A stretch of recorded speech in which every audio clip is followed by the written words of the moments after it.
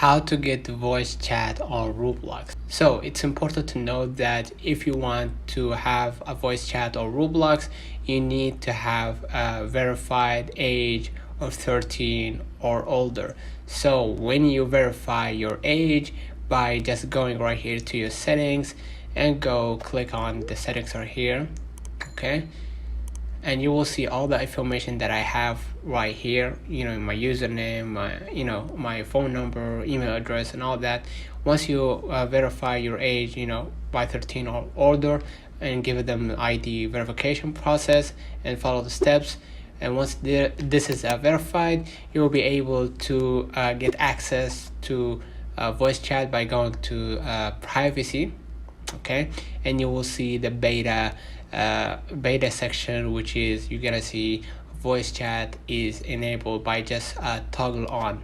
All right, and once you toggle on or toggle off, so you can toggle on or toggle off and you will get access to a voice chat. So it's important to note that you need to verify your account by just following the steps and following the ID verification process operated by a third party.